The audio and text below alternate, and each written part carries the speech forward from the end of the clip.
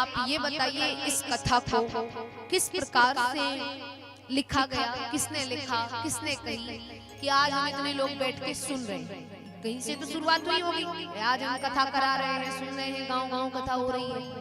तो इसकी शुरुआत कहां से हुई? माताएं बात ना करें, देखिए किसी का ध्यान कहीं पे, किसी का ध्यान कहीं पे। एक तो गांव छोटा सा, कम लोग बैठे हो, वही बात करें तो फिर हम किसको कथा सुनाएं?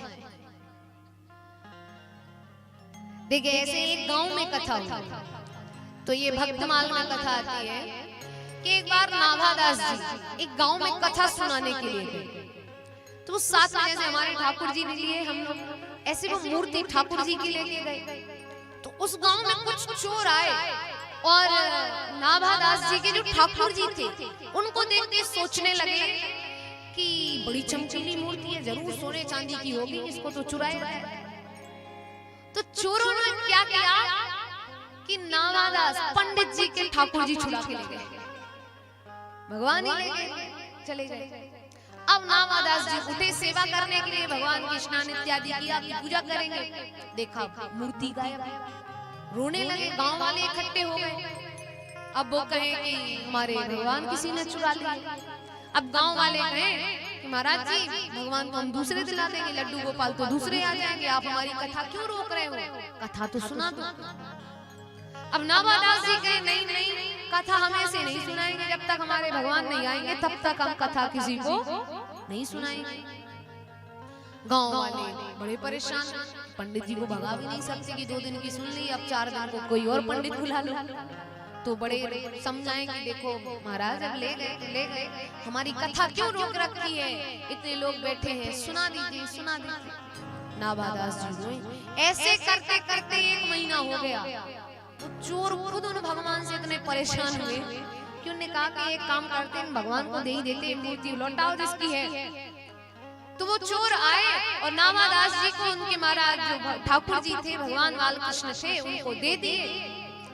गांव वाले बड़े खुश हो गए। नाभादास जी से कहने लगे अब तो आपके भगवान आ गए, अब कथा सुनाओ। कह रहे थे भगवान आ जाएंगे तब कथा सुनाएंगे, आ गए भगवान, अब सुनाओ।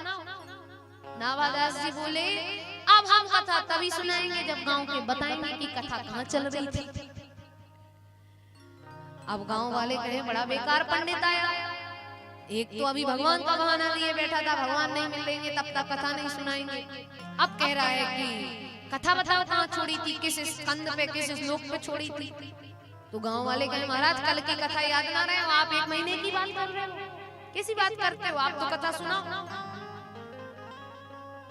नाभादास जी बोले नहीं नहीं, कथा तो अब तभी होगी जब बताओगे कि कथा चल कहाँ रही थी। अब इतने में जो ठाकुर जी जो चोरी होके वापस आ गए, वो बोले ये भक्त बड़ा पक्का है, गांव वाले कथा के पीछे पड़े हो, ये सुना नहीं रहा है, सुनाएगा तभी जब मैं बताऊंगा। तुम्हारा वो मूर्ति के मुख से आवाज आई कि नाभादास जी आपने ये कथा फलाने स्कंद पे, इस श्लोक पे, यहाँ पे ऐसे यहाँ छोड़ी, अब कथा सुनो। और नाभादास जी ने कथा सुना। गांव वाले से बोले इसीलिए तो हम कथा नहीं सुना रहे थे, क्योंकि सच्चे श्रोता तो ये है महाराज। गांव वालों को तो पता ही नहीं था कि कहाँ चल रही है, इसीलिए तो नहीं सुना रहे थे, क्योंकि ठाकुर जी नहीं थे। तुम सबसे सुना के क्या फायदा था, क्योंकि पता ही नहीं रहना है थे कहाँ, क्या सुना। तो कथा में कई बार ऐसे होता, भगवान ही श्रोता होते, भगवान ही सुनने वाले और भगवान ही सुनाने वाले। तो वैसे यही यहाँ हाल नहीं करना है, कुछ इधर देखो कुछ उधर देखो, कथा में मन ही ना लगे। तो इस प्रकार से महाराज इस कथा की शुरुआत कहाँ से हुई? बोले ठाकुर जी ने ये कथा ब्रह्मा जी को सुनाई, जो मैंने अभी बताया 4 श्लोकों में पूरी कथा सुनाई, चतुश्लोकी भागवत कथा। फिर ब्रह्मा जी ने ये कथा अपने पुत्र नारद जी को सुनाई, और नारद जी ने इस कथा को वेद व्यास जी को सुनाया। और वेद व्यास जी, कई लोग कहते हैं वेद व्यास जी ने इस कथा को लिखा, नहीं, वेद व्यास जी ने इस कथा को बोला है। भागवत कथा लिखी गणेश जी महाराज ने सरस्वती नदी के तट पर, लेकिन वेद व्यास जी ने बोली है। तो वेद व्यास जी को सुनाने के लिए नारद जी आए, फिर वेद व्यास जी ने इस कथा को लिखवाया। तो आज हम इतने लोग बैठ के सुन रहे हैं।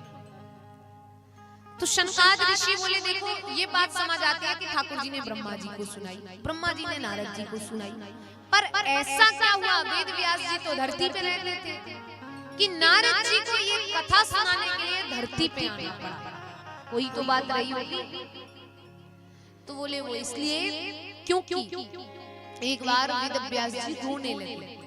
उनने कई वेद उपनिषद ग्रंथ लिख दिए थे, 4 वेद लिख दिए, पुराण लिख दिए, ग्रंथ लिख दिए, पर उनके मन को तसल्ली नहीं मिल रही थी। उन्हें लग रहा था कुछ छूट गया है, कुछ अभी लिखना बाकी। तो महाराज वो रोने लगे। उनको लग रहा है कि इतने के बाद भी कलयुग के जीव का कल्याण नहीं होगा, तो रोने लगे। अब देखिए उन्हें इतनी चिंता थी कि कल्याण हो जाए तो वो रो रहे हैं।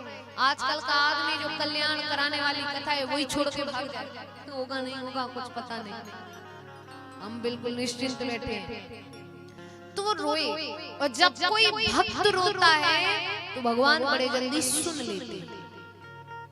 भगवान की कमजोरी नहीं है। अब आप कहोगे भगवान की भी भला कोई कमजोरी होगी? भगवान की कैसी कमजोरी? बस भगवान यही कमजोर पड़ जाते हैं कि भक्त के आंसू नहीं देख पाते। भगवान ने खुद कहा है कि प्रलय प्रेम के पाले पड़कर हरि को नियम बदलते देखा, अपना मान टले टल जाए पर भक्त का मान ना टलते देखा। भगवान कहते मेरा तो कुछ भी हो जाए, मुझे अपनी चिंता नहीं है, मुझे अपने भक्त की चिंता है। इसीलिए कहते हैं कि जिनकी चिंता हरि करे वो चिंता क्यों करे, वो चिंतन करे फिर, क्योंकि चिंता करना भगवान का काम है, अपना काम है चिंतन भजन करना। चिंतन भजन करते जाओ, चिंता अपने आप को करेंगे कि जब ये चिंतन भजन कर रहा है तो इसको क्यों दुखी रखते। लेकिन हम लोग क्या करते, चिंता खुद करेंगे, चिंतन कभी करते नहीं। चिंता बराबर टाइम टू टाइम करेंगे पर भजन टाइम टू टाइम नहीं होगा। अब यहाँ इतने गांव में लोग हैं, अब भजन पूजन पाठ के कहो तो कहते हैं टाइम नहीं मिलता, समय नहीं मिलता, बहाने पे बहाने, बहाने पे बहाने, और खाने के लिए कैसे समय मिल जाता फिर? तब तो सबके पास समय होता है, 2 मिनट में 4 रोटी खा जाओ जल्दी में रहो तो, है कि नहीं? तो देखिए कई लोगों से कहो पूजा पाठ करो, तो यहाँ कितने घरों में है कि भगवान की पूजा होती है। इस कथा से मैं चाहती हूँ गाँव में सुधार और कथा इत्यादि से आपके घर में भगवान की पूजा हो, भजन पूजन होगा तो बच्चे भी देख के करेंगे आगे।